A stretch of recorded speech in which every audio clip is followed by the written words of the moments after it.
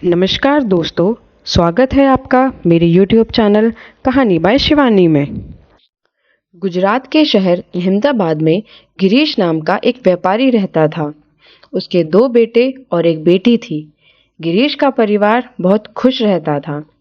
उसकी बेटी का नाम खुशी, बड़े बेटे का नाम प्रतेश, छोटे बेटे का नाम युग था। घर के सभी लोग खुशी से बहुत प्यार करते थे और उसको बहुत ही भाग्यशाली मानते थे। जब से खुशी का जन्म हुआ है, गिरीश का व्यापार बहुत तेजी से बढ़ा है। गिरीश अपनी बेटी को अपने बेटों से भी ज्यादा प्यार करता था और खुशी की सारी जिद एक बार में ही पूरी कर दिया करता था। खुशी तीनों भाई बहन में सबसे बड़ी थी। जब खुशी की कॉलेज की पढ़ाई पूरी हो गई, तो गिरीश की पत्नी कोकिला गिरीश से बोलती है कि अब खुशी की पढ़ाई भी पूरी हो गई है, अब उसकी शादी के लिए लड़का देखना शुरू कर देते हैं। माँ की इस बात से गुस्सा होते हुए खुशी बोलती है कि माँ, मुझे कहीं नहीं जाना, मुझे आप लोगों के साथ ही रहना है।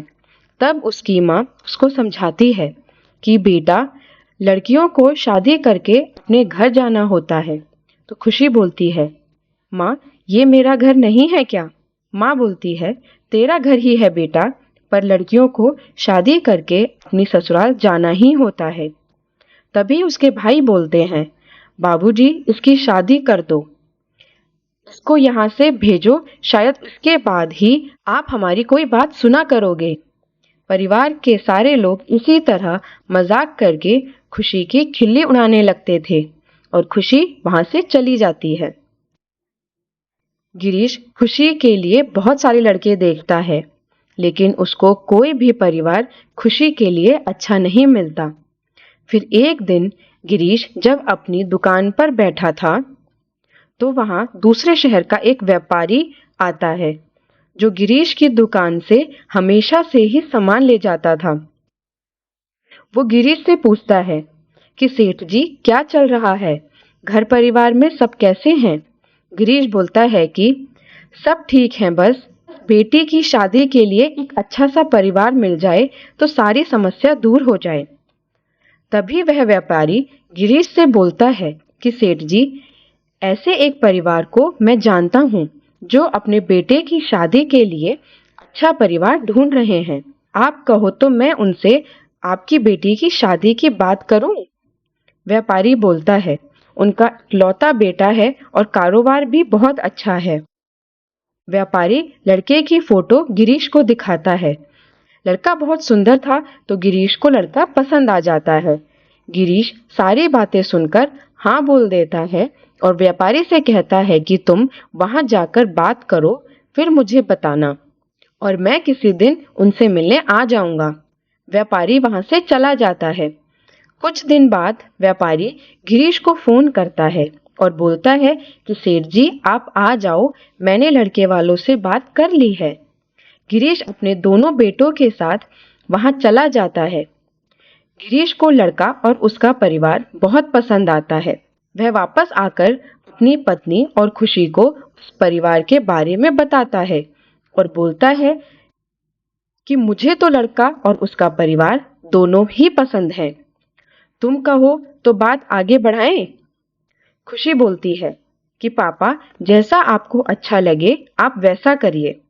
तो गिरीश लड़के वालों को फोन कर देता है और बोलता है कि आप भी आकर एक बार मेरा घर और लड़की को देख लीजिए। अगर आपको भी सब ठीक लगे तो फिर आगे बात करते हैं। लड़के वाले हाँ बोल देते हैं और अगले हफ्ते के लिए डेट फिक्स कर देते हैं। एक हफ्ते बाद लड़के की फैमिली गिरीश के घर आती है। सब लोग आपस में बैठकर बातें करते हैं। इसके बाद खुशी की मम्मी खुशी से पूछती हैं कि तुझे लड़का पसंद है? खुशी हाँ बोल देती है और लड़के वाले भी अपने बेटे से पूछते हैं कि तुझे लड़की पसंद है? तो लड़का भी हाँ बोल देता है। इस तरह उन दोनों की शादी फिक्स हो जाती है। फिर गिरीश लड़के के माता पिता से पूछता है, भाई साहब, अगर आपकी कोई डिमांड हो तो आप मुझे बता दीजिए। लड़के के माता पिता मना कर देते हैं और बोलते हैं कि भगवान का दिया हमारे पास सब कुछ है, बस एक अच्छी लड़की मिल जाए। फिर गिरीश पंडित जी को बुलाता है विवाह की तारीख निकलवाने। पंडित जी बोलते हैं कि अगले महीने की 18 तारीख बहुत ही शुभ है। लड़के वाले भी 18 तारीख की शादी के लिए मान जाते हैं और वहां से चले जाते हैं। दोनों परिवार शादी की तैयारी में लग जाते हैं और फिर वो दिन आ ही जाता है। गिरीश बहुत ही धूमधाम से और बहुत सारा दहेज देकर अपनी बेटी को विदा कर देता है। खुशी अपनी ससुराल चली जाती है। कुछ दिनों तक तो खुशी का वहां मन नहीं लगता।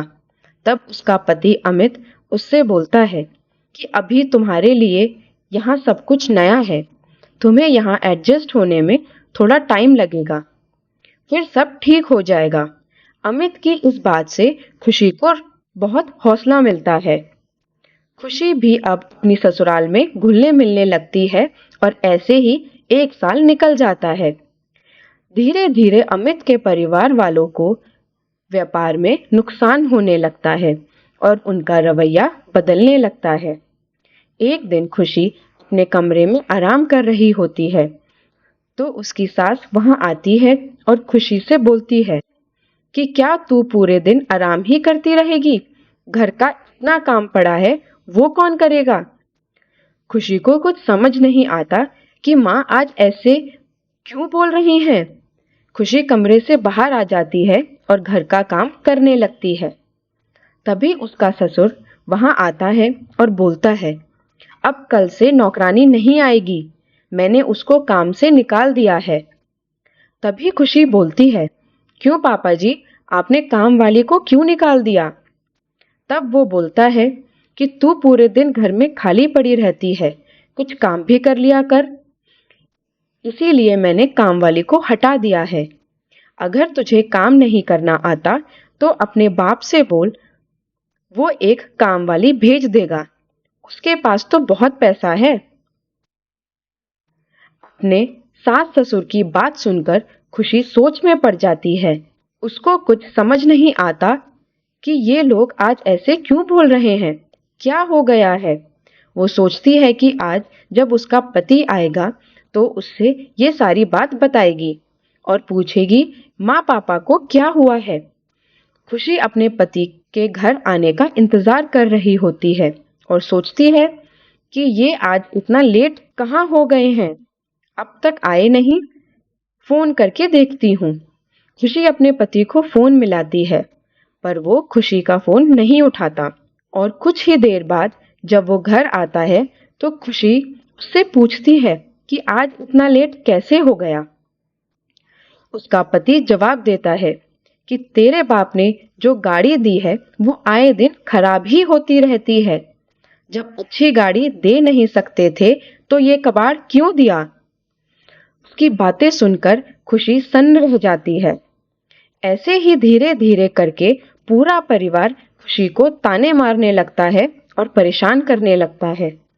बार बार उससे अपने घर से कभी पैसे तो कभी कुछ चीज लाने के लिए कहा जाता है। वह रोज रोज की इन बातों से परेशान हो जाती है पर वह अपने घर कुछ नहीं बताती। फिर धीरे धीरे अमित उस पे हाथ उठाने लगता है और पैसों के लिए प्रताड़ित करता है। पापा उसके घर उससे मिलने आते हैं। परिवार के सभी लोग नॉर्मल सा व्यवहार करते हैं जैसे कुछ हुआ ही ना हो, पर जैसे ही खुशी अपने पापा के पास आती है तो उसके पापा को उसके मुंह पर कुछ निशान दिखते हैं। वो खुशी से पूछते हैं कि ये क्या हुआ और खुशी अपने पापा को देखकर रोने लगती है। खुशी अपने पापा को सारी बात बताती है तो उसके पापा के पैरों तले जमीन खिसक जाती है। वो सोचते हैं कि जिस बेटी को पढ़ाया लिखाया, इतनी धूमधाम से शादी की, आज उसकी ये हालत है। वो खुशी से बोलते हैं कि ये सब बातें तुमने हमें पहले क्यों नहीं बताई, और गुस्से में वो अपनी बेटी को घर वापस ले आते हैं। जैसे ही खुशी घर पहुंचती है तो उसकी माँ उसे देखकर पहले तो खुश होती है, पर जैसे ही उसकी नजर उसके मुंह के निशान पर पड़ती है तो वह खुशी से पूछती है कि ये क्या हुआ। तो गिरीश कोकिला को सारी बातें बताता है और कहता है कि मैं अपनी बेटी को कभी वहां नहीं भेजूंगा और उन पर केस करूंगा, तभी उनकी अकल ठिकाने आएगी। कोकिला गिरीश को शांत करते हुए कहती है, नहीं, ऐसा करने की जरूरत नहीं है। हम लड़की वाले हैं, हम ऐसा नहीं कर सकते।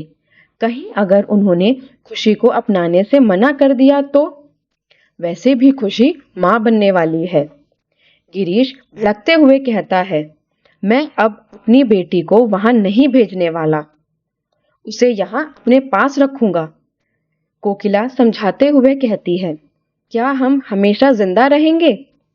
वो हमारे बाद अकेले कैसे रहेगी और कैसे अपने बच्चे की देखभाल करेगी? और वैसे भी लड़की का असली घर उसका मायका नहीं ससुराल होता है। पर गिरीश नहीं मानता। ऐसे ही कुछ दिन निकल जाते हैं। कोकिला रोज रोज खुशी को समझाती है और खुशी अपने घर जाने के लिए मान जाती है। खुशी अपने पापा को समझाती है और उसे छोड़कर आने के लिए मना लेती है।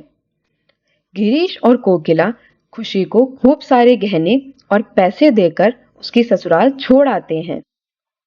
अमित और उसका परिवार पैसे और गहने देखकर खुश हो जाता है और अब जब भी उन्हें पैसों की जरूरत होती है, वो खुशी से मारपीट करके उसके घर से पैसे मंगवा लेते थे।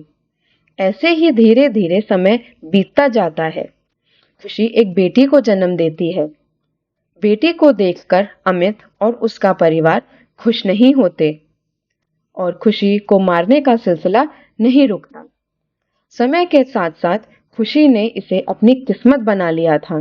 कभी उसका पति उसे पैसों के लिए मारता तो कभी शराब पीकर। अब वो लोग खुशी के साथ साथ उसकी बेटी पिंकी को भी अपशब्द बोलने और मारने लगे थे। अब खुशी के बर्दाश्त करने की सीमा खत्म हो रही थी और वह डिप्रेशन में चली जाती है, कोशिश करने लगती है और एक दिन वह पंखे से लटककर अपनी जान दे देती है। और उस दिन खुशी की माँ कोकिला को बहुत दुख होता है कि मेरी वजह से मेरी बेटी मुझसे इतनी दूर चली गई है। अगर मैंने उसे वापस ना भेजा होता तो वो आज जिंदा होती। गिरीश खुशी की बेटी पिंकी को अपने घर ले आता है और उसको अपनी बेटी की तरह प्यार करता है। कोकिला भी पिंकी को खुशी से बढ़कर प्यार देती है।